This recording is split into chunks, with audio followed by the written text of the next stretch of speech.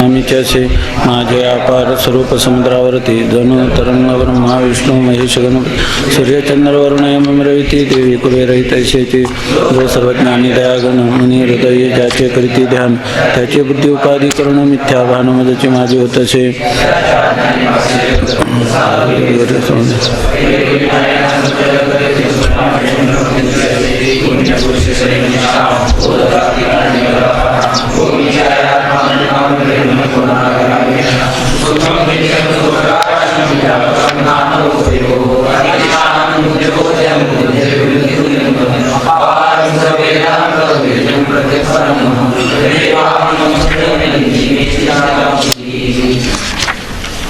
याच्यात संस्कृत विचारसागरात याचं रूपक कुठे विचारसागर ग्रंथाचं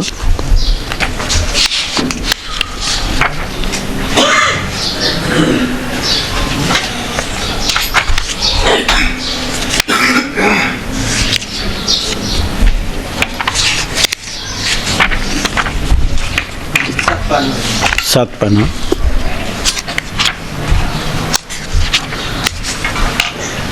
सात पानावरच पाहत होतो मी पण कुठे हां हां हां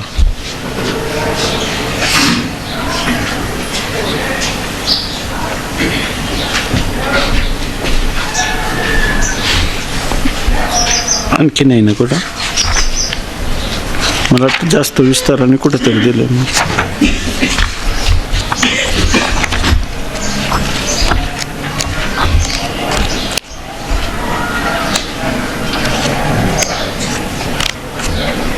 नाही ना दुसरं कुठं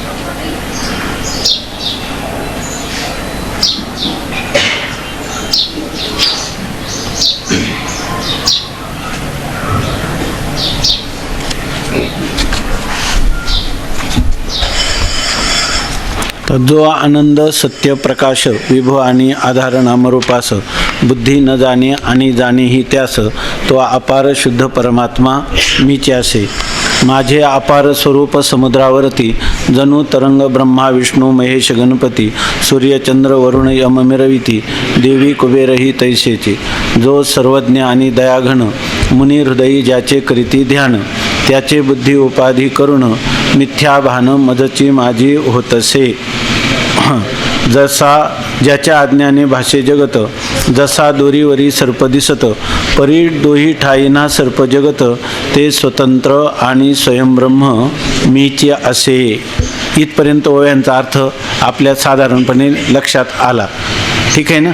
याच्यापर्यंत तर याला म्हणतात की दोही ठाईना सर्प जगत म्हणजे हां ठीक आहे. आता आपण एवढंच घेऊ नाही किती 35 ठीक आहे. तर दोही ठाई सर्पना जगत. दोही ठाई म्हणजे जर रज्जूच्या दृष्टीने विचार केला तर रज्जूला सर्प माहीत नाही, तसं रज्जूला रज्जू म्हणतात हेही माहीत नाही, पण रज्जू नाही असं नाही आहे की नाही. म्हणजे त्याचं अस्तित्व सत्ता आनंद प्रकाश हे आहेत, परंतु ते कोणाचे वाच्य नाहीत किंवा कोणाचे विषय नाही. म्हणजे ते स्वतःला जाणत नाही आणि दुसरं कोणीही त्याला जाणत नाही, परंतु ते स्वयंप्रकाश रूपाने ते काय स्वयंब्रह्म अशा रूपाने ते आहे. जसं स्वतःला जाणत नाही म्हणजे त्याच्या जाणण्याचा प्रकार असा आहे. माऊलीने लिहिला तेथीचे जाणणे ऐशा असे विरा जैसा न बोडलिया किंवा न मोडलिया विहिरा आपुल्या उगमी झरा होऊनी ठाके असं त्याचं वर्णन केलेलं आहे. जसं एखादी विहीर खणतो आपण, त्याच्यानंतर त्याला पाणी लागतं, आपण ते पाणी आहे असं म्हणतो. पाणी लागलं विहिरीला, पाणी लागलं नवीन कुठून आलं का पूर्वीचंच होतं, पूर्वीचंच होतं. पण पाणी होतं ज्या वेळेला ती विहीर खोदली नव्हती तेव्हा ते पाणी आपल्याला दिसतं का? नाही. पाणी आपल्याला दिसतं का? नाही. बरं पाणी पाण्याला पाहतं का? नाही. परंतु पाणी असतं की नाही? जर पाणी तिथं नसतं तर खोदल्यानंतर आलं नसतं, आहे की नाही. मूळ आपल्याला ब्रह्मज्ञान होतं म्हणजे आपली वृत्ती ब्रह्माकार होते. ब्रह्माकार होते म्हणजे मूळचंच असणारं जे आपलं स्वरूप आहे त्या स्वरूपाच्या आकाराची होते. पण जर समजा मूळ स्वरूपच नसतं तर त्याच्या आकाराची त्याचं ज्ञान तरी झालं असतं का. परंतु जोपर्यंत ज्ञान होत नाही, ज्ञान होण्याच्या पूर्वी ते आहेच की नाही. ज्ञान झालं त्या काळात ते आहेच आहे. म्हणजे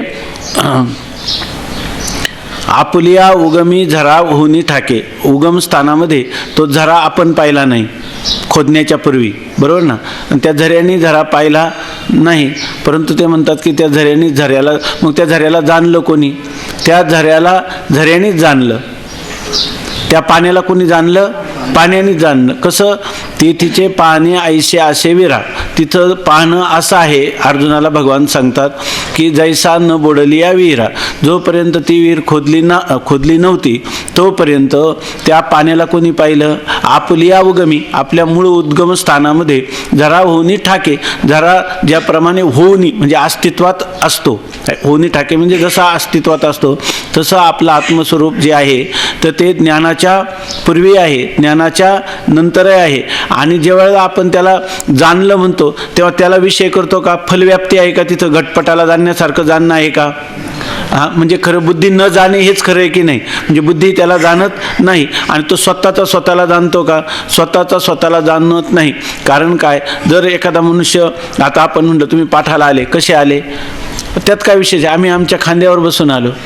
आपल्या खांद्यावर आपल्याला बसता येईल का, दुसऱ्याच्या खांद्यावर बसून येता येईल, पण दुसरा तर पदार्थच नाही. पारमार्थिक सत्तेतला एकच पदार्थ आहे. मग तो त्याला जाणण्यासाठी दुसऱ्या कशाचं साह्य घ्यायला दुसरा पदार्थच नाही. त्याला म्हणतात आज्यात्वाद. आज्यात्वाद म्हणजे न कश्चित जायते जीवाहा, जीव हा कधीच उत्पन्न झालेला नाही. संभवा अश्य न विद्यते, आणि तो उत्पन्न होणंही त्या आत्मस्वरूपाच्या ठिकाणी शक्य नाही. याला म्हणतात एतद उत्तमम सत्यम, हे सर्वात श्रेष्ठ अशा प्रकारचं सत्य आहे. यत्र किंचित न जायते, ज्या ठिकाणी काही उत्पन्न होत नाही. दुसरं काय कारिक आहे, न निरोधो न चोत्पत्ती न बद्धो न च साधकः न मुमुक्षुर न वै मुक्तः इत्येषा परमार्थतः. परमात्म स्वरूपाच्या ठिकाणी मुमुक्ष आहे का, मुक्त आहे का, मुक्त पण नाही. आणि दुसरं काय, निरोध म्हणजे जगताचा लय आहे का, उत्पत्ती आहे का. न निरोधो न चोत्पत्ती न बद्धो, कोणी बद्ध आहे का याच्यामध्ये, नाही. न मुमुक्षु आहे का, न मुक्ता इत्येषा परमार्थता, ही खरी काय परमार्थ वस्तू आहे. म्हणून त्या ठिकाणी लिहिलं काय, भ्रमेण अहम भ्रमेण त्वम भ्रमेण उपासका जनाः भ्रमेण ईश्वर भावत्वम भ्रममूलमिदं जगत. ते सांगतात की अष्टावक्र गीतेतला श्लोक आहे मला वाटतं, भ्रमेण अहम, मी जो म्हणतो तो कोण आहे, भ्रमानेच आहे की नाही, भ्रमामुळेच मी आहे. भ्रमेण त्वम, तू सुद्धा भ्रमातलाच आहे. वशिष्ठ रामचंद्र प्रभूंना सांगतात की हे रामा, तू भ्रमातला, मी वशिष्ठ सुद्धा भ्रमातला. भ्रमेण अहम भ्रमेण त्वम भ्रमेण उपासका जना, सगळी उपासना चाललेली सत्य समजून ती सुद्धा काय आहे, भ्रमातलीच आहे. आणि भ्रमेण उपासका जना भ्रमेण ईश्वर भावत्वम, आणि ईश्वर भाव सुद्धा काय आहे, भ्रममूलकच असं आहे. मग भ्रममूलम इदम सर्वम, जगात जे जे काय आहे ते सगळं भ्रममूलक आहे. मग भ्रमाची सत्ता आहे प्रातिभाषिक, आहे की नाही, आणि त्याची सत्ता आहे पारमार्थिक. समान सत्तेत साधक बाधक व्यवहार होतो. म्हणजे मूळ आत्मस्वरूपाच्या ठिकाणी कोणताही व्यवहार घडत नाही, अशी त्याची स्थिती आहे. आणि असं आत्म्याचं यथार्थ ज्ञान होणं याला म्हणतात आज्यात्वाद. अमृतानुभव हा जो ग्रंथ आहे, ज्ञानोबारायांनी सर्वात शेवटलं ग्रंथरत्न लिहिलं, त्याच्यामध्ये हा आज्यात्वादाचा सिद्धांत प्रतिपादन केलेला आहे. ज्ञानोबाराय ज्ञानेश्वरीमध्ये गीतेचा अर्थ करताना या ठिकाणी विवर्तवादाचा, जसं रज्जू सर्प मृगजळ हे आपण दृष्टांत घेतो, तसं सगळ्यांचं खंडन करून त्या आत्मस्वरूपाला काहीच माहीत नाही असं इतकंच काय. पण हा इतका आज्यात्वादाचा ग्रंथ लिहिला, ज्ञानोबाराय म्हणतात हे सुद्धा त्यांना माहीत नाही. माऊली म्हणतात, जर आता इंद्रायणीचा प्रवाह वेगवान प्रवाह असला आणि त्या पोराच्या पाण्यावर कोणी जर म्हटलं की मी काही अक्षर स्पष्ट लिहितो, तर अक्षरं काढली आपण स्पष्ट, एवढं लिहिपर्यंत सुद्धा स्पष्ट राहत नाही, वाचता येत नाही.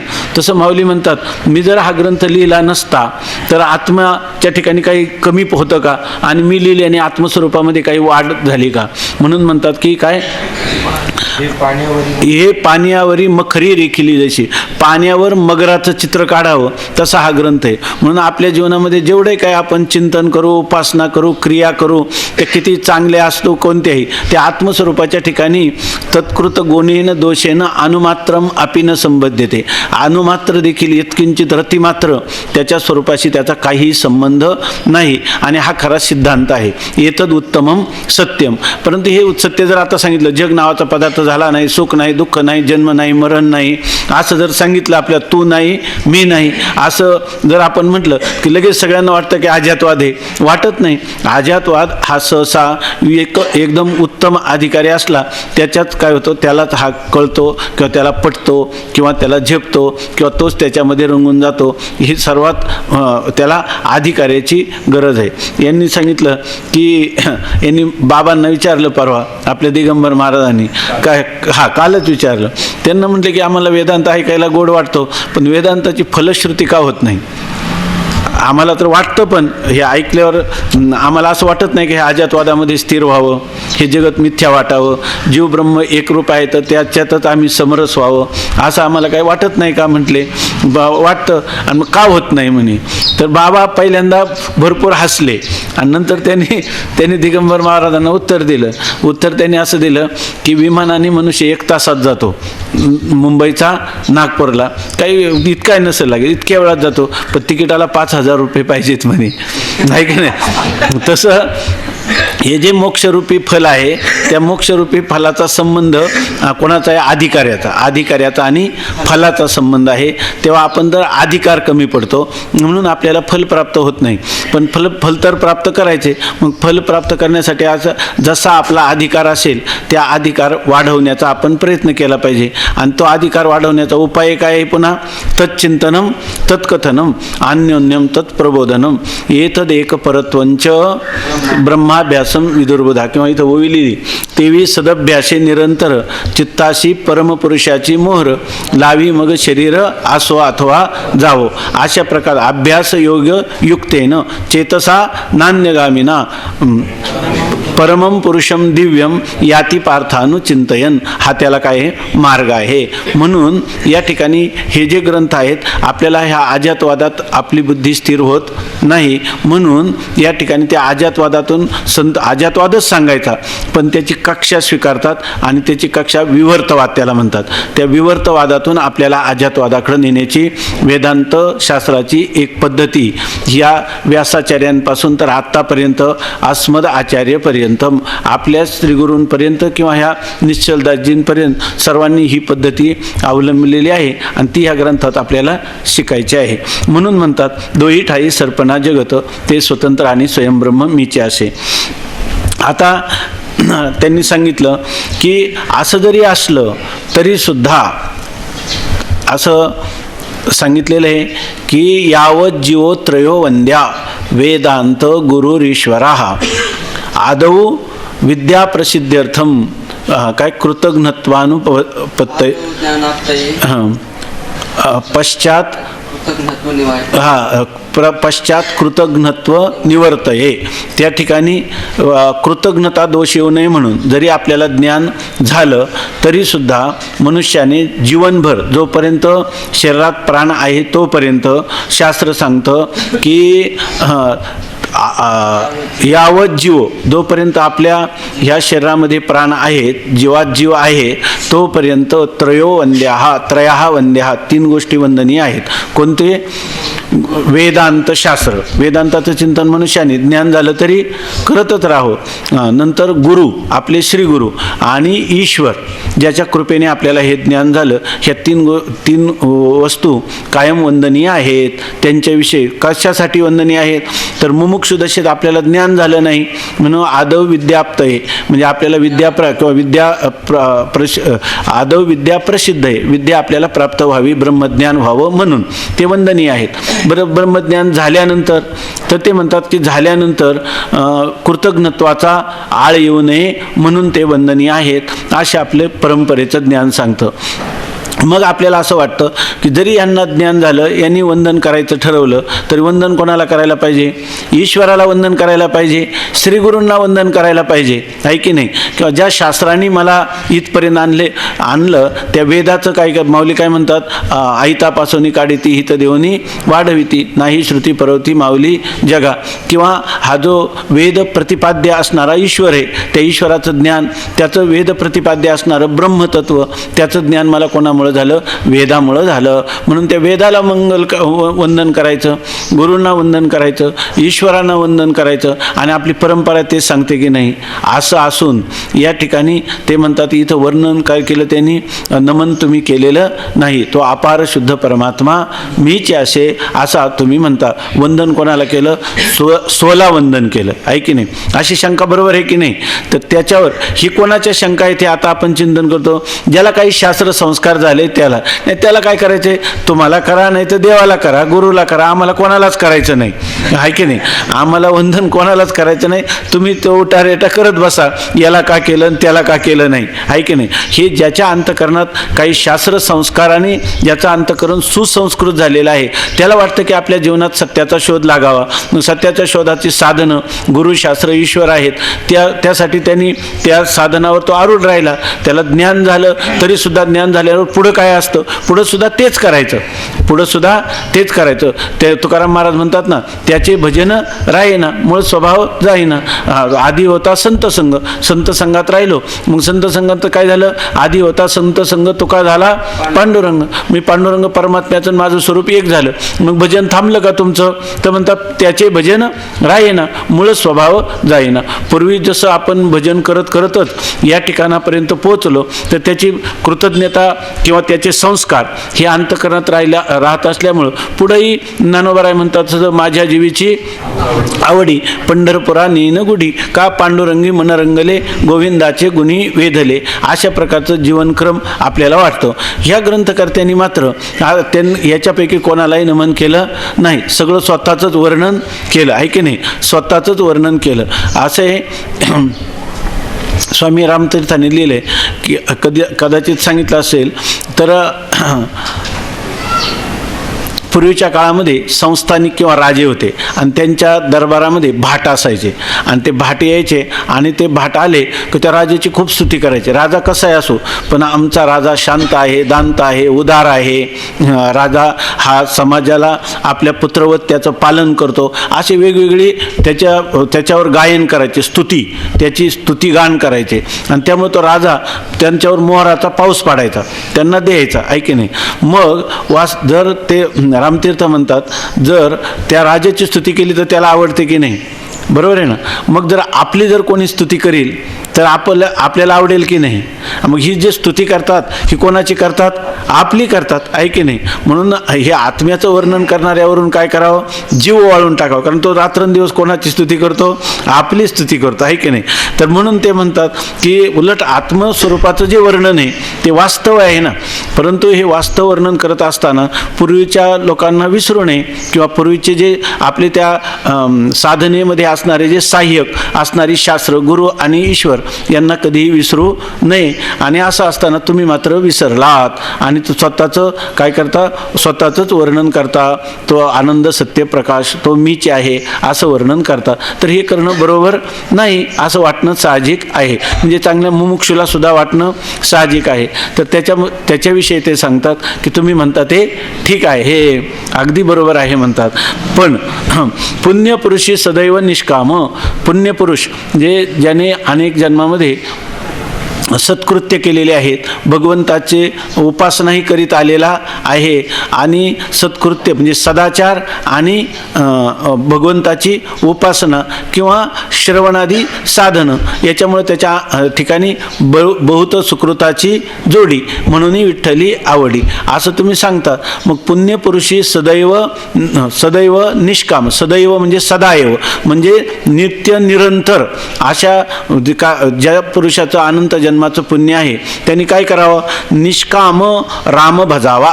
त्यांनी निष्काम म्हणजे त्याच्याकडून कोणत्याही प्रकारची फलाची इच्छा न करता राम म्हणजे आपल्या इष्टदेवतेचं भजन करावं, आराधना करावी, सेवा करावी. पण कशासाठी करावी? तर ते म्हणतात बोधप्राप्ती कारणे, त्याच्याकडून आपल्याला बोध व्हावा या कारणासाठी, या हेतूने. म्हणजे आपण जी भगवंताची उपासना करायची ती कशासाठी करायची? तर भगवंताने त्यात आपल्याला आपल्या यथार्थ स्वरूपाची ओळख व्हावी म्हणून मनुष्याने भगवंताची आराधना करावी. म्हणजे मुमुक्षुने भगवत भजन करू नये का? भगवत भजन करावं, पण भगवंताला याच्यासाठी भजावं की तुझं आणि माझं जे एक वास्तव स्वरूप आहे त्या वास्तव स्वरूपाची मला ओळख करून दे, त्या ऐक्याचं ज्ञान मला करून दे. हे संत सांगतात की जगन मिथ्या आहे, तर त्या जगताच्या मिथ्यात्वाचा बोध मला झाला पाहिजे. संत सांगतात की जीव ब्रह्मरूप आहे, तर ह्या जीवाच्या ब्रह्मरूपतेचं म्हणजे ब्रह्म आत्मत्वाने मला ज्ञात झालं पाहिजे. ते ब्रह्म मीच आहे असा मला बोध व्हावा म्हणून मी रात्रंदिवस तुझी उपासना करतो. अशा प्रकारचं जर आपण त्या परमात्म्याचं भजन केलं पाहिजे. बोधप्राप्ती कारणे भजावा राम. पण आता काय झालं की याचं साधनं कोणते? शास्त्र, गुरु आणि ईश्वर आहे की नाही. म्हणून आम्ही ईश्वराची उपासना केली. त्यांनी लिहिले ईश्वर अनुग्रहादेव पुंसाम अद्वैत वासना.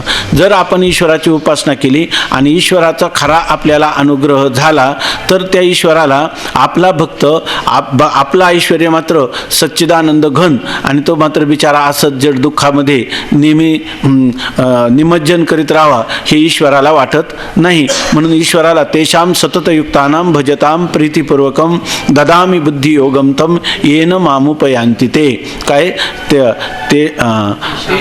तेषामेवानुकंपार्थ महमद ज्ञानजम तमः नाशयाम्यात्मभावस्थो ज्ञानदीपेन भास्वता. परमात्मा म्हणतात मी त्याच्या हृदयास स्फुरद्रूप होतो आणि त्याला हे ज्ञान आत्मज्ञान करून देतो. अशा प्रकारचं परमात्मा स्वतः सांगतात. मग मुमुक्षुनी ह्या परमात्म्याचं भजन केलं तर त्या परमात्म्याचा त्याच्यावर अनुग्रह किंवा कृपा होते आणि कृपेने काय होते? पुंसाम अद्वैत वासना. त्या पुरुषाला अद्वैत तत्वज्ञान व्हावं अशा प्रकारची उत्कट जिज्ञासा अंतःकरणात निर्माण होते. कोणामुळं? परमात्म्याच्या अनुग्रहामुळं आहे की नाही. आणि ती एकदा उत्पन्न झाली तर महाभय परित्राणा, महान असणारं संसार भय, जन्ममरण परंपरेचं भय त्याच्यापासून त्याला काय करते? त्याचं जन्ममरण परंपरेपासून रक्षण करते किंवा जन्ममरण परंपरेचं निवारण करते आहे की नाही. आणि अशी द्वित्रिणाम उपजायते. अशी कोणत्याच अगदी विरळ्या पुरुषांच्या ठिकाणी अशा प्रकारची जिज्ञासा निर्माण होते असं सांगितलेलं आहे. म्हणजे याचा अर्थ बोधप्राप्ती कारणे भजावा राम, त्या श्रीराम परमात्म्याचं भजन करावं असं हे सिद्धांती सांगतो. म्हणजे एक मंगलाचरण करणारे म्हणतात हे तुमचं म्हणणं एवढं ठीक आहे, हे बरोबर आहे. आम्ही गुरूंचं सेवा केली, ईश्वराची उपासना केली, शास्त्राचं चिंतन केलं आणि ते करणं आवश्यक आहे. परंतु म्हणतात परंतु आता ह्या सगळ्यांनी मला काय सांगितलं? तो मीच आहे आत्मा आप्त काम. तो आत्मा कोण आहे? ज्या बोधाचं, ज्या आत्म्याचा बोध करायचा तो बोध मला काय झालेला आहे? तो बोध झालेला आहे. म्हणजे मीच ब्रह्म आहे.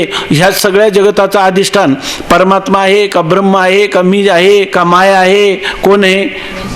सगळ्यांचं अधिष्ठान कोण आहे? तो मीच आहे. मीच आहे म्हणजे माझ्या वाचून दुसरं कोणीच नाही. माया कोणाच्या स्वरूपावर आहे? माझ्या. जगत कोणाच्या स्वरूपावर आहे? माझ्या. ईश्वर कोणाच्या स्वरूपावर आहे? माझ्या. जीवभाव कुठं राहतो? माझ्या स्वरूपावर. बरं सगळे खरे आहेत का? सगळेच मिथ्या आहेत? तर घाबरायचं नाही, सगळेच मिथ्या आहे. गुरु पण मिथ्या, शास्त्र पण मिथ्या आणि ईश्वर पण मिथ्या का मिथ्याच आहेत? आता तुम्ही म्हणता एकटाच आहे तू सत्य तू मग त्याच्यामध्ये गुरु आणि शास्त्र जसं काल आपण चिंतन केलं त्याप्रमाणे जर गुरु आणि शास्त्र सत्य असतील आहे की नाही, समान सत्तेत काय होतो? साधकबाधक व्यवहार होतो आहे की नाही, बरोबर ना. मग ह्या जर तुम्हाला संसार बंधाची निवृत्ती करायची, मायेची निवृत्ती करायची, माया कशी आहे? मिथ्या. आणि गुरु शास्त्र जर सत्य असतील आणि ईश्वर सत्य असतील तर त्याची मिथ्या मायेची निवृत्ती करतील का? नाही. म्हणून ते सुद्धा काय आहे? मिथ्या. मन थोडं कचरतं. सगळ्याला जरी मिथ्या म्हटलं तरी मनाला मिथ्या म्हणायला वाटत नाही आहे की नाही. माणसाचं मन थोडंसं द्विधा स्थितीमध्ये होतं. परंतु आता खरं असल्यावर त्याला काय भ्यायचं काही कारण नाही. का उलट गुरु शास्त्र मिथ्याच लागतील? कारण आपला सिद्धांत ठरून गेलेला आहे. बरं तो काय खोटा आहे का? अनुभवाचा आहे का नाही? समान सत्तेत साधक बाधक व्यवहार घडतो. म्हणून हे सगळेच असे आता 6व्या तरंगात येईल आपल्याला, हे सुद्धा सगळे काय आहेत? मिथ्याच आहे. याच्याविषयी काही याचा अर्थ सगळे मिथ्या आहे म्हणून त्यांच्याशी कसा व्यवहार करायचा असा मात्र नाही. पण त्याच्याविषयी सत्यत्व बुद्धी नाही. जसं पूर्वी करत होतो तेच करायचं, परंतु त्याच्यामध्ये फक्त सत्यत्व बुद्धी होती. आता खरं व्यवहारात बदल होतो का समजुतीत बदल होतो? स्वामी महाराज म्हणायचे परमार्थ म्हणजे धांगडधिंगा नाही, तर त्याचा अर्थ काय? समजुतीचा परमार्थ आहे. फक्त समजूत बदलते का व्यवहार बदलतो? समजूत बदलते. व्यवहार आहे तसाच राहतो, आहे की नाही? व्यवहार जसा आहे तसाच राहतो, परंतु त्याच्यामध्ये आपली समजूत म्हणजे काय? पूर्वी त्याच्याविषयी होती सत्यत्व बुद्धी, आता होते मिथ्यात्व बुद्धी. याचा अर्थ व्यवहार बदलतो असं नाही. ह्या आता हे गीतांजली मी आणलं होतं, पण ते काही मला सापडली नाही. फार गोड एक सकाळी कविता हे झाली, पण मला काय त्याच्यात सापडेनाच काय झालं. तर ते त्या रवींद्रनाथ टागोर ते शांतिनिकेतन म्हणून जे त्यांचं स्थान आहे बंगालमध्ये, तर तिथं त्यांचे पाठ म्हणजे असे 4 भिंतीत नव्हते घेत. ते त्यांचं संपूर्ण त्यांना नोबेल प्राईज मिळालं. जगातलं सर्वात श्रेष्ठ तत्ववेत्याचं जो पुरस्कार आहे तो त्यांना मिळालेला आहे स्वातंत्र्यपूर्व काळामध्ये. ते एक ऋषितुल्य अशा प्रकारचे रवींद्रनाथ टागोर व्यक्तिमत्व होतं. तर ते दररोज वेदांताचा पाठ घ्यायचे आणि त्याच्यामध्ये गुरु मिथ्या, शास्त्र मिथ्या, जगत मिथ्या असं ते सांगायचे. आणि ते झाल्यानंतर पाठ झाल्यानंतर ते सर्व निसर्ग झाडाखाली पाठ घ्यायचे याच्यामध्ये, निसर्गाच्या याच्यामध्ये. त्याच्यात काही फोटो आहे कोणाला पाहिजे तर पहा. ते फोटो जर आपल्या चित्रकलेचं ते दृष्टी नसते, रसग्रहण करता येत नाही. त्यांचे काव्य सगळे रूपकात्मक आहे, पण थोडासा कळलं तरी माणसाला खूप आनंद होतो. तर ते वेदांताचे पाठ घेत होते आणि वेदांताचं पाठ झाल्यानंतर सर्व त्यांनी सांगितलं सर्व अजातवाद आहे. आता आपण पाहिलं ना तसं जीव झाला नाही, जगत नाही आणि ईश्वर नाही, काही झालंच नाही. अजात जन जायते, जाता हे काय झालं? कर्मणी भूतकालवाचक धातू साधित विशेषण झालं आणि त्याला अजाता न जायते, ऐकन न जाता येते अजाता. अजातवाद म्हणजे काय? जो कधी उत्पन्न झालं नाही. ब्रह्म उत्पन्न झालंय का? ब्रह्म अजातच आहे. ब्रह्मही उत्पन्न झालं नाही, ते नित्य आहे म्हणून त्याचाही अजातवाद आहे. आणि जगतही उत्पन्न झालं नाही, त्याचं काय आहे? अजात आहे. असं त्यांनी चिंतन केलं पाठामध्ये. आणि पाठ झाल्यानंतर त्यांनी लगेच कपाळाला हात धरून बसले आणि त्यावेळेला भारत परतंत्र होता. ते म्हणे माझी भारतभूमी कधी स्वतंत्र होईल तोपर्यंत मला कधीच शांती लागायची नाही. ते म्हणे अहो याचं नाव ठेवलंय शांतिनिकेतन, आहे की नाही? आणि त्याच्यातच काय आहे? अशांती. आणि पाठात काय सांगता? अजातवाद, आहे की नाही? तेव्हा तुमच्या बोलण्यात काही बोल आहे असं आम्हाला वाटत नाही. तुम्ही पाठात काय सांगितलं? त्यांनी सांगितलं मी जे पाठात सांगितलं ते सत्य आहे ना, याची तुला प्रतीती आहे ना. आता मी जे बोलतो तर माझं डोकं फिरल्यासारखं तुला वाटतं, आहे की नाही? पाठात सांगितलं आणि आता डोळ्यातून अश्रू ढाळायला लागले की भारत माता कधी स्वतंत्र होईल असं त्यांनी सांगितलं. मग ते म्हणे मी पाठात जे सांगतो त्याच्यावर तुझा पूर्ण श्रद्धा आहे का? त्यांनी सांगितलं पूर्ण श्रद्धा आहे. मग त्याच्यासाठी जगत मिथ्यात्वाचा सिद्धांत जर हा निश्चित आहे तर मी जे सांगेल ते तू करशील की नाही? त्यांनी सांगितलं तुम्ही सांगाल ते मी करील. मग त्यांनी सांगितलं काहीच नाही, ह्या सर्वामध्ये जर ईश्वर जगत सर्वच मिथ्या आहे तर त्याच्यामध्येच अंतर्भूत तुझी आई आहे की नाही?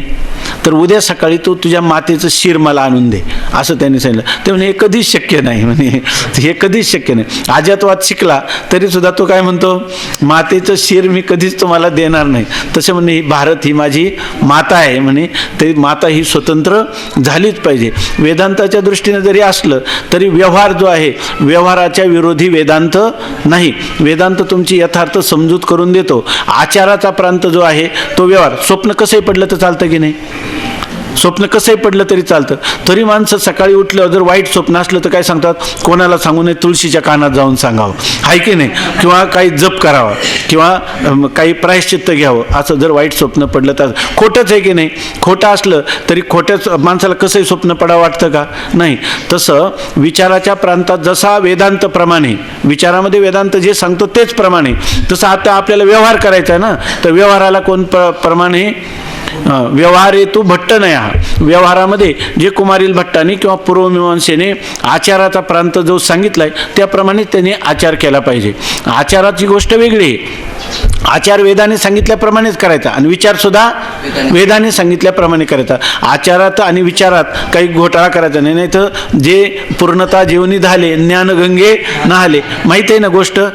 तर आपला विद्यार्थी एक सप्ताहाला गेला होता त्याच्यामध्ये, तर ते सकाळी उठल्यानंतर त्याला उठायला उशीर झाला. तर मग त्यांनी ते म्हणले महाराज उशीर झाला, आता भजनाची वेळ झाली, तर तुम्ही आता हे स्नान करा. ते म्हणे स्नान नाही करायचं, नाश्ता आणा म्हणे याच्यामध्ये. ते म्हणे पण स्नान करून आम्हाला वाटलं तुमचा नियम असेल. तर ते म्हणे तसा नियम नाही, नियम आहे पण सामान्य लोकांना नाही, आम्हाला तो नियम नाही, कारण आम्ही ज्ञानगंगे नाहलो, आहे का नाही. त्यांनी ज्ञान खरं अहम ब्रह्मास्मी हे सगळ्यात मोठं शुद्ध स्नान आहे, ते आम्ही केलेले, त्यामुळे ह्या बाहेरच्या स्नानाची आम्हाला गरज नाही. मग त्यांनी सांगितलं. मग नंतर जेवणाची वेळ झाली दुपारच्या, तर त्यावेळेला त्या लोकांनी स्वयंपाक केलाच नाही. ते म्हणे अहो 12, 1, 2 वाजले अजून जेवणाचं तुम्ही बोलवत नाही. म्हणे आम्हाला वाटलं तुम्ही ज्ञानगंगे नाहले, तसे पूर्णता जेवणी झाले तुम्ही, ऐका नाही, तुमचं पूर्णता झाल्यामुळे तुम्ही तृप्त झालेले, आहे की नाही. आता तुम्ही उलट एवढी तळमळ करू नका, कारण शांतीशी आले पल्लव नव्हे तुमची शांती भंग होऊ देऊ नका, आहे की नाही. म्हणजे उत्तर मीमांसा जी आहे ती तुमची समजूत करून देते. आणि आचार काय सांगतो, वेदाचा जो पूर्वमीमांसा आहे ते आचार सांगतो. म्हणून जसं आपण वेदांत ऐकतो तसं आपण अनेक महापुरुषांची चरित्र ऐकली पाहिजे, ते चरित्र श्रवण केली पाहिजे किंवा वाचली पाहिजे, किंवा त्याच्यामध्ये त्यांनी सांगितलेले जे नियम आहेत त्या शास्त्राचा अभ्यास पाहिजे. म्हणून माऊलीने इतकं मोठं स्थान दिलं आपल्या गणेश वर्णनामध्ये. काय पूर्वमीमांसा, काय मज अवगमली, या दोन्ही मीमांसा श्रवणस्थानी बोध मदामृत मुनी आली सेविती, असं माऊली म्हणतात की या ठिकाणी मज अवगमली. त्या कोणी काय म्हणतं, आता आपण दररोज चिंतन करतो, आपण काय म्हणतो सगळ्यात शिरोस्थानी कोणतं दर्शन आहे, वेदांत दर्शन आहे की नाही. वेदांत दर्शन हे सर्वात श्रेष्ठ दर्शन आहे असं आपण म्हणतो. पण माऊलीने सर्व मानव मात्रांना खरी जीवनाची परिपूर्ण दिशा दाखवण्यासाठी माऊली म्हणत नाही, माऊली म्हणतात वेदांत तो महारसू मोदकू मिरवे. खरा आनंद भोगण्यासाठी जो मोदक असेल, महान आनंदात्मक मोदक, तर तो कोणता आहे, वेदांत दर्शन. पण माऊलीने पूर्व मीमांसेला झिटकारलं नाही. माऊली म्हणतात मज अवगमलिया. मला तर जेव्हा ह्या बाकीच्या दर्शनाला सुद्धा माऊलीने किती स्थान दिलं. मग सहजे सत्कार वादू तो पद्म करू वरदू अभय धर्म प्रतिष्ठा तो सिद्धो अभय असतो. आणि त्याच्यामध्ये म्हणतात मज अवगमलिया दोन्ही मीमांसा, म्हणजे पूर्व मीमांसा आणि उत्तर मीमांसा ह्या मला अशा वाटल्या. श्रवणस्थानी गणेशाचे जे कान आहेत ना, दोन्ही कान, आता कानामध्ये काही कमी जास्त आहे का, दोन्ही कान सारखेच आहे की नाही. याच्यामध्ये काही एक कान वर एक खाली असं जर असलं तर चालेल, कानाचं महत्त्व दोन्ही ठिकाणी सारखंच आहे की नाही. मजा अवगमली या दोन्ही मीमांसा श्रवणस्थानी. माऊली म्हणतात ह्या दोन मीमांसा गणेशाचं जे दोन कान आहेत त्या कानाच्या ठिकाणी आहेत असं सांगतात.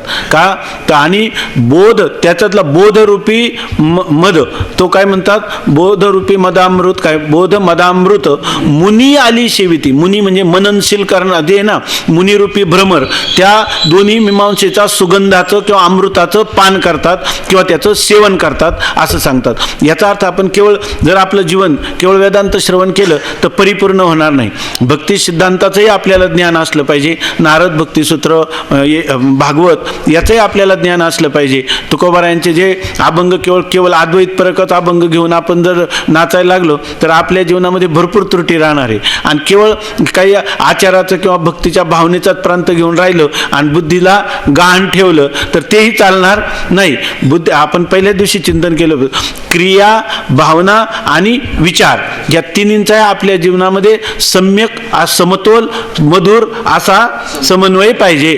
म्हणजे त्याचं सामंजस्य हे जेव्हा जीवनामध्ये येईल. नाही तर हे प्रकरण ग्रंथ आहे, एकाच ग्रंथाचा अभिनिवेश धारण केला आणि आम्ही वेदांती आहेत आणि सारखं कर्मन त्या उपासनेचं खंडन करीत सुटला तर हे चालणार नाही. नाही तर थोडंसं आपण विचारसागर शिकतो आणि थोडं कोडं गावाला गेलं तर ते आपण ह्यात प्रक्रिया आणि त्या लोकांना आडवं कर्माचं खंडन कर, उपासनेचं खंडन कर, हे त्या ठिकाणी चालत नाही. कारण स्वामी महाराज म्हणायचे थोडासा वेदांत शिकतो आणि जर कोणी त्याला चर्चा करायला भेटला नाही तर जसा तो बैल आहे ना, तो मत्त बैल पोळ, तो त्याचं शिंग कुठं खोपसतो, मातीत खोपसतो. तसं कोणीतरी त्याला भांडायला पाहिजे.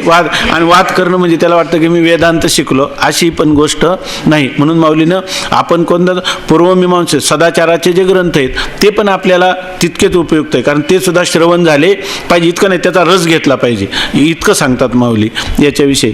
तर अशा प्रकाराने पुण्यपुरुषी सदैव निष्काम बोधप्राप्ती कारणे भजावा राम. ज्या रामाचं भजन करावं त्या रामाचा मी विचार केला की तो परमात्मा कसा आहे, तर तो परमात्मा कसा आहे, आनंद सत्य प्रकाश. आणि तो कोण आहे, माझं सुद्धा स्वरूपाचा विचार केला तर तत्त्वमसी महावाक्यानी, तर ते वेदांनीच सांगितलेलं वाक्य, ते ईश्वरालाच अभिप्रेत असणारं वाक्य, गुरुलाही तेच अभिप्रेत आहे आणि शास्त्रालाही चारही वेदांनी 4 महावाक्य सांगितली. त्याचा मी विचार केला आणि माझ्या असं लक्षात आलं की तो अपार शुद्ध परमात्मा मीच आहे. मग तो मीच आहे, तो कोण आहे, मीच आहे.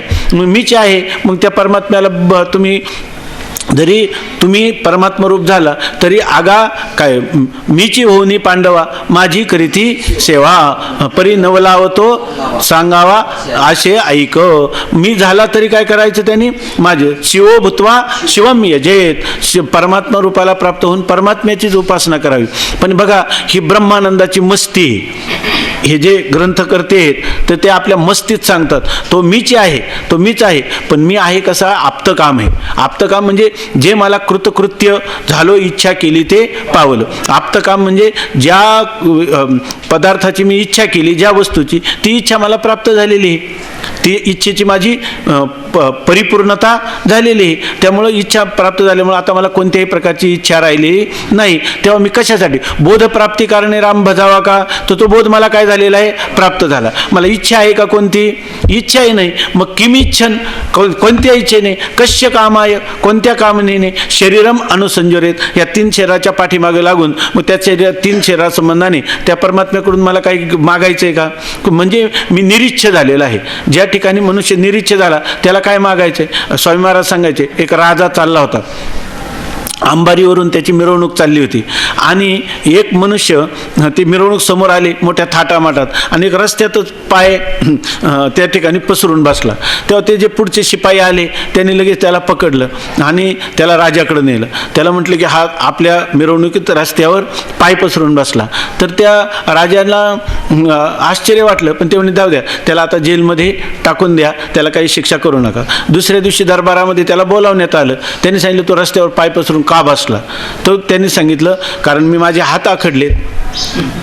त्यांनी काय सांगितलं, माझे हात आखडले. अनपेक्षा हा शुचिर्दक्ष, निरपेक्षा, स्वामी महाराज सांगायचे निरपेक्षता हे साधूचं नाक आहे. जसं एखाद्या माणसाला नाक नसलं किंवा त्याचं कमी असलं नाक तर त्या शरीराला शोभत नाही, तसं साधू जीवनामध्ये जर अपेक्षा असली याच्यापासून काही मिळावं, त्याच्यापासून काही मिळावं म्हणून अशी जर अपेक्षा असली तर ते काय आहे, त्याचं नाक कमी आहे की नाही. निरपेक्षता हे खरं साधूचं काय आहे, नाक आहे. तेव्हा तो मनुष्य त्यांना काय म्हटला की माझे हात आखडलेत, म्हणजे मला तर राजापासून सुद्धा काही मागायचं नाही म्हणून मी पाय पसरून बसलो, आहे की नाही. तसा हा काय म्हणतो, मला काय आप्तकाम आहे, मला काही मागायचंच नाही, त्यामुळं मी कशाला त्या ईश्वराची उपासना करू असं म्हणतो.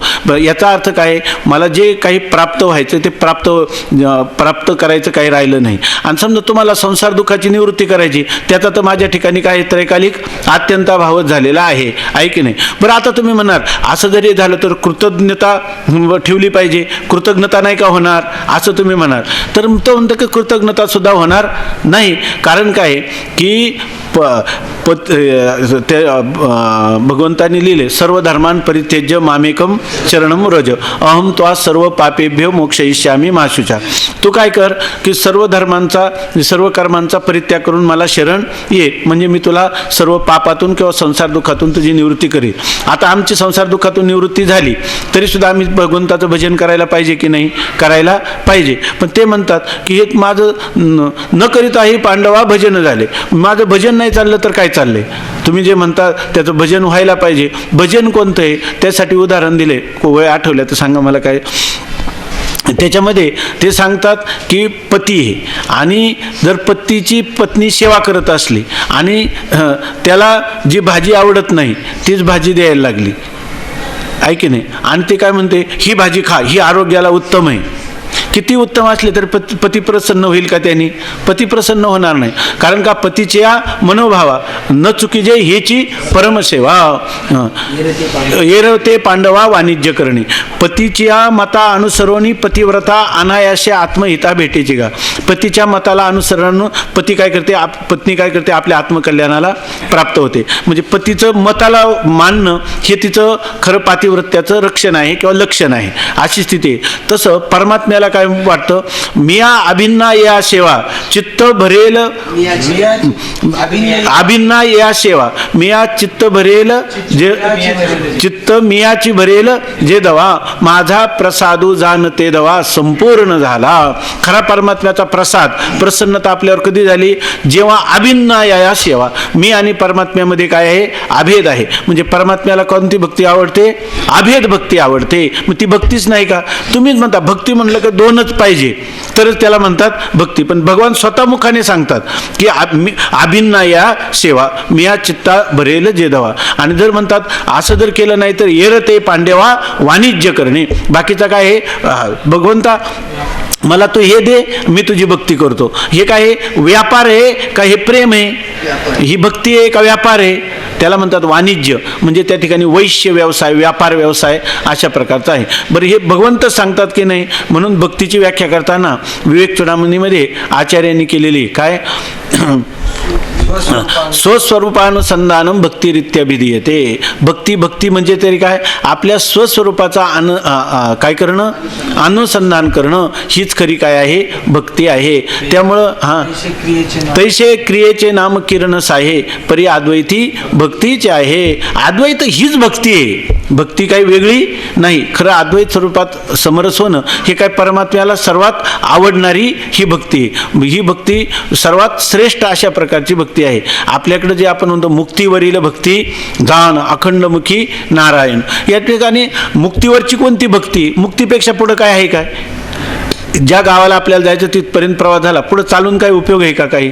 आणि तरीसुद्धा तुकाराम महाराज म्हणतात की नाही मुक्तीवरील भक्ती. मुक्तीवरील भक्ती म्हणजे मुक्ती झाल्यानंतर आपलं जे जीवन आहे त्या जीवनात अखंड स्वस्वरूपाच्या अनुसंधानात राहणं, हीच काय आहे त्याच्यापेक्षा भक्ती. नाहीतर मुक्ती झाली आणि त्या माणसाने व्यवहार केला तरी त्याची मुक्ती कुठं जाते का, जात नाही. पण त्याला सुख लाभेल का, नाही. मिरच्याच्या बाजारात नाही पण माझं आरोग्य खूप चांगलं आहे, तुम्हाला सर्दी झाली म्हणून ठसका येतो. अरे किती चांगला गेला तरी त्याला ठसका येईल की नाही, आहे की नाही.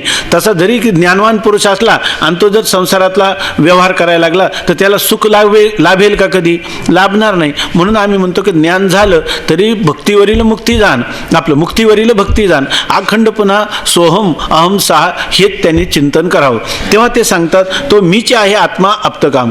ज्या भगवंताचं भजन करावं असं तुम्ही म्हणता, बोधप्राप्ती कारणे भजावा राम.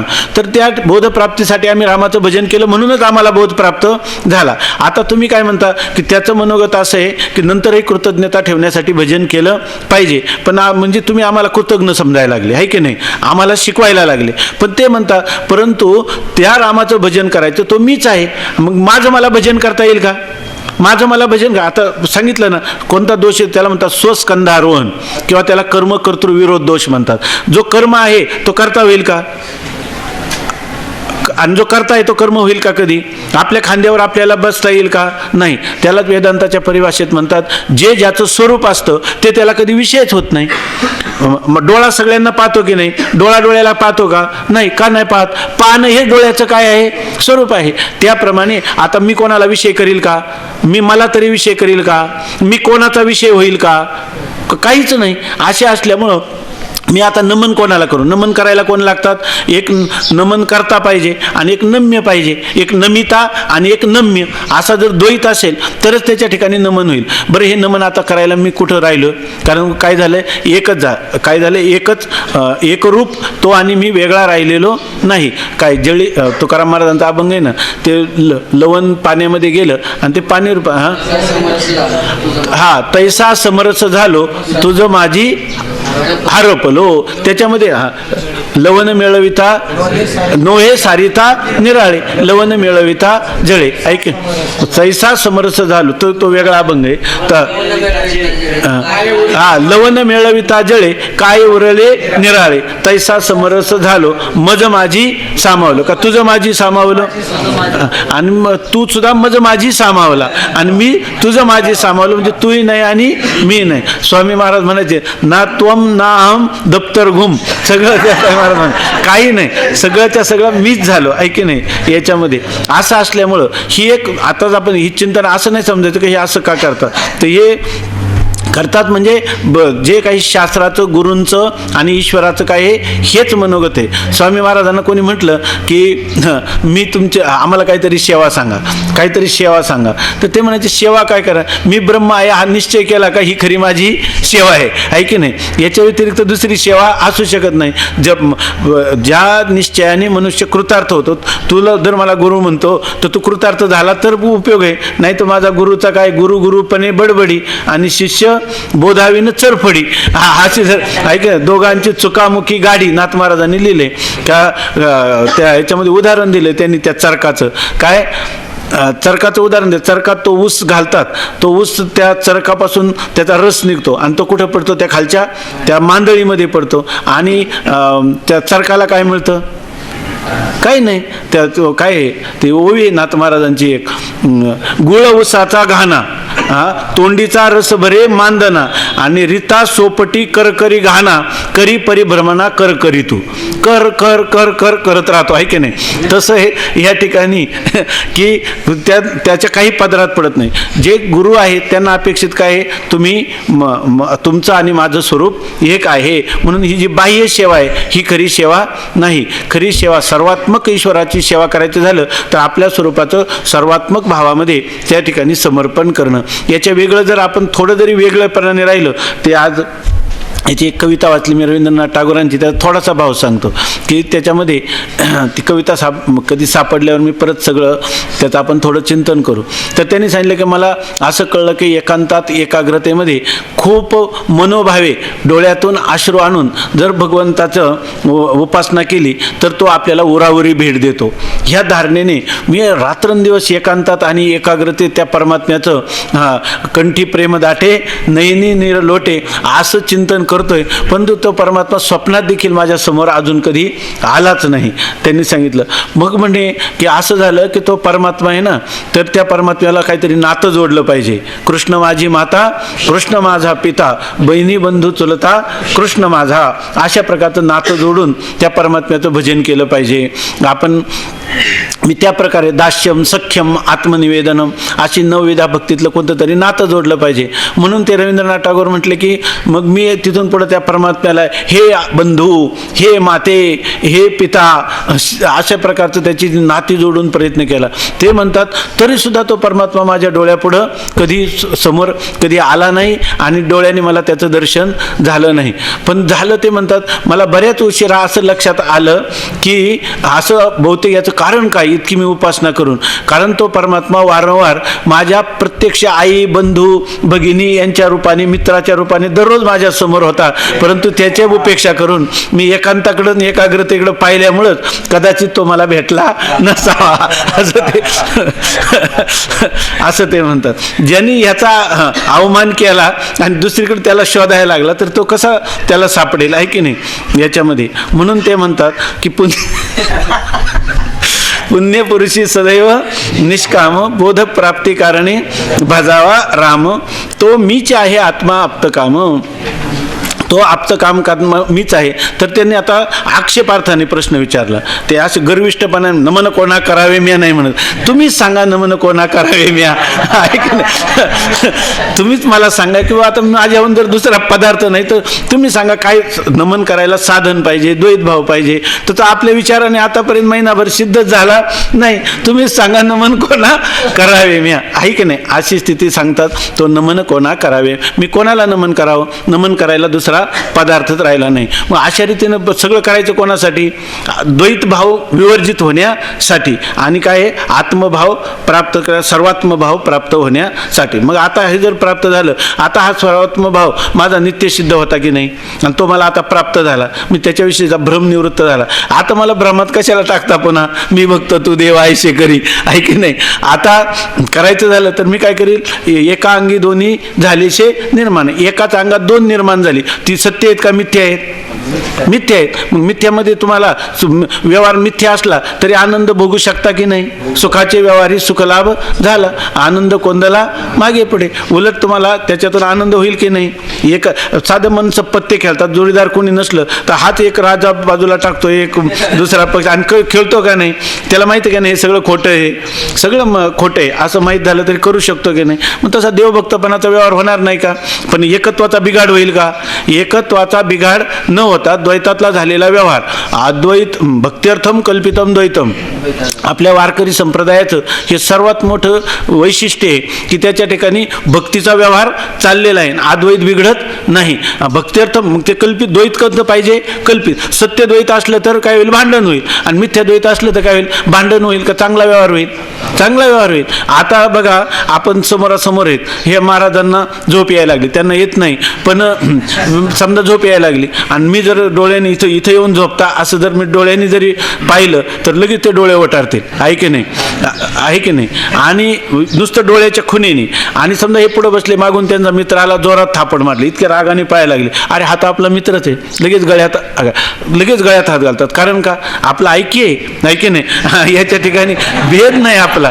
भेदात असलं तर माणसाला तसंच सांगतात की भेद. स्वामी महाराज सांगायचे, तुकाराम महाराज सुद्धा एक प्रमाणे काहीतरी याला अनुलक्षण दुसरं एक प्रमाणे, तर भेदातली केलेली भक्ती देवाला आवडत नाही, अभेद भक्ती ही देवाला सर्वात जास्त आवडते. म्हणून भक्त्यर्थम कल्पितम द्वैतम, भक्तीसाठी कल्पना केलेलं द्वैत अद्वैतादपि सुंदरम, अद्वैतापेक्षा श्रेष्ठ आहे. जीवनमुक्ती प्रकरणामध्ये माऊलींनी आणि किती त्याची मांडणी केली की देवळं डोंगरू कोरोनी किजे परिवारू, कोरोनी किजे डोंगरू, तैसा भक्तीचा व्यवहारू का नव्हा? भक्ती काय होणार नाही का? ज्ञान झालं म्हणजे त्याला काही शिंग फुटतात का? भक्ती त्याची थांबली म्हणजेच त्याला ज्ञान झालं का? असं नाही. म्हणून ते म्हणतात की या ठिकाणी देऊळ डोंगर आपलं परिवार, त्या देवाचे असणारे ते पहारेकरी सगळे कोण आहेत? पाषाण पायरी, काय पाषाण देव पाषाण पायरी, आणि पूजा एकावरी पाय ठेवी. पाषाणाचीच पायरी, पाषाणाचाच काय आहे? देव आहे. एकपणा बिघडला का पाषाणाचा? नाही. डोंगरामधलाच देव, डोंगरामधलाच परिवार देवाचा, आहे की नाही? मग एकच डोंगर आहे की नाही? तसं एकच तत्व अखंड आहे, त्याच्यामध्ये हा फक्त काय व्यवहार घडायला काही हरकत नाही. फक्त तो काही नाही मानायचा, सत्य नाही, आणि अधिष्ठान अभंग आहे, अखंड आहे, ते अविकार आहे. अशा प्रकारचा बोध आपल्याला जर निश्चित स्वरूपाचा झाला तर ह्या प्रकारचं हे जे मंगलाचरण आहे हे खऱ्या अर्थाने हे मंगलाचरण ते करतात याचा आपण विचार करायचा का? हे आपलंच वर्णन करतात निश्चलदासजी. हे वर्णन कोणाचं करतात? आपल्या आत्म्याचं करतात. आणि यांच्यावर शंका घ्यायची, तुम्ही याला का नाही केलं आणि त्याला का केलं, आहे की नाही? हे काही बरोबर आहे का? उलट आपणही काय त्यांचं ध्रुवपद करायचं, तरी नमन कोणा करावे म्या. जो आनंद सत्य प्रकाश विभू आणि आधार नाम रूपास, बुद्धी न जाणे आणि जाणेही त्यास, तो अपार शुद्ध परमात्मा मीचे असे. माझे अपार स्वरूप समुद्रावरती, जणू तरंग ब्रह्मा विष्णू महेश गणपती, सूर्यचंद्र वरुण यम मिरविती, देवी कुबेरही तैसेची. जो सर्वज्ञ आणि दयाघन, मुनी हृदयी ज्याचे करीती ध्यान, मिथ्या भान मजची माझी होतसे. ज्याच्या आज्ञाने भाषे जगत, जसा दोरीवरी सर्प दिसत, परी दोही ठाईना सर्प जगत, ते स्वतंत्र आणि स्वयं ब्रह्म मीचे असे. पुण्य पुरुषी सदैव निष्काम, बोध प्राप्ती कारणे भजावा राम. तो मीचे आहे आत्मा आप्त काम, तरी नमन कोणा करावे म्या. सुखम नित्यम स्वप्रकाशम व्यापकम नामरूपयोः, अधिष्ठानं बुद्ध्यबोध्यं बुद्धेर्दृग्यत्तु निर्मलं, वेद्यं प्रत्यक्परं महा वाहं न मत्तोऽन्यदिति मे निश्चिता मतिः. आता याच्यामध्ये हे सगळे मंगलाचरण ह्या 5 ओव्या आणि 2 श्लोक पाठ झाले ज्यांचे, त्यांनी हात वर करा. ज्यांचे हे पाठ आहेत, हे 5 ओव्या आणि मंगलाचरण, त्यांनी संस्कृत, बरं नुसत्या 5 ओव्या पाठ झाल्या असे असतील त्यांनी हात वर करा. 5 ओव्या पाठ झाल्या, एकच जणाच्या पाठ आहेत. बरं. आणि श्लोक आणि 5 ओव्या पाठ आहेत असे हात वर करा. हात खाली नाही, एकदम चांगला वर करा म्हणजे ह्याच्या. हां ठीक आहे. बरं, ह्या राहिलेल्या वया पाठ कराव्या आपण असं वाटतं त्याने हात वर करा. ठीक आहे, पाठ करा मग.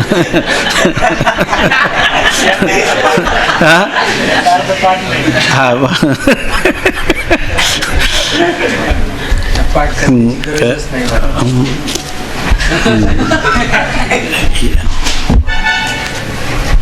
पुंडलिक वरदा हरिविठ्ठल श्री ज्ञानदेव तुकाराम ज्ञानेश्वर महाराज की जय.